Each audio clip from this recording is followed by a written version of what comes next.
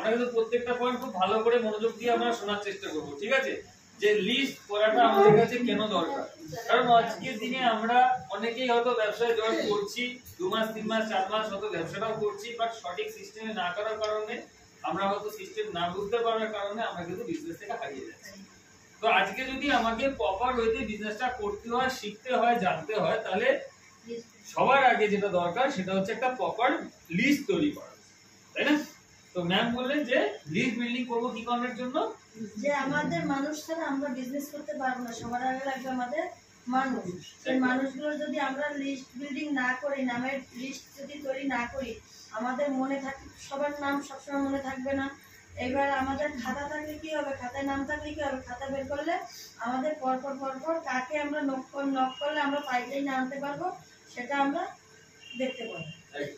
আর কেউ পয়েন্টটা বোঝা গেছে ম্যাম যে পয়েন্টটা বলেছেন?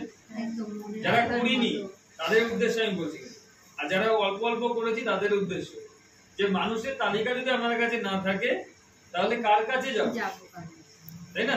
সেই যে প্ল্যানিং কিভাবে আমি করব, কখন কাকে ইনভাইট করব, কিভাবে করব, তার কি ক্যাটাগরি, আমরা কিন্তু কিছুই জানতে পারবো না, তাই তো? তো তার জন্য আমাদের প্রপার একটা নামের তালিকা তৈরি করা খুব দরকার। ওকে, আর কেউ?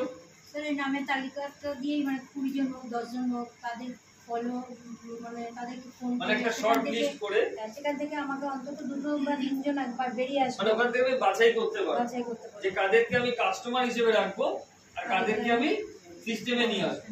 ধরুন আপনার লিস্টে যদি 100টা মানুষ থাকে, আপনি 100 মানুষকে কি জয়েন করাবেন? নিশ্চয়ই না।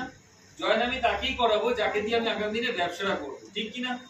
আর কিছু মানুষকে আমি কাস্টমার হিসেবে রাখবো, যারা দু একটা করে আমার থেকে প্রোডাক্ট দেবে, ঠিক কিনা? তাহলে আমি কাদেরকে কাস্টমার বানাবো, কাদেরকে কাস্টমার হিসেবে রাখবো, আর কাদেরকে আমি সিস্টেমে নিয়ে আসবো, তার জন্য কি আমার কাছে একটা নামের তালিকা বানাতে খুব দরকার, ঠিক কিনা? ওকে, আর কেউ? আর কি করার জন্য লিস্ট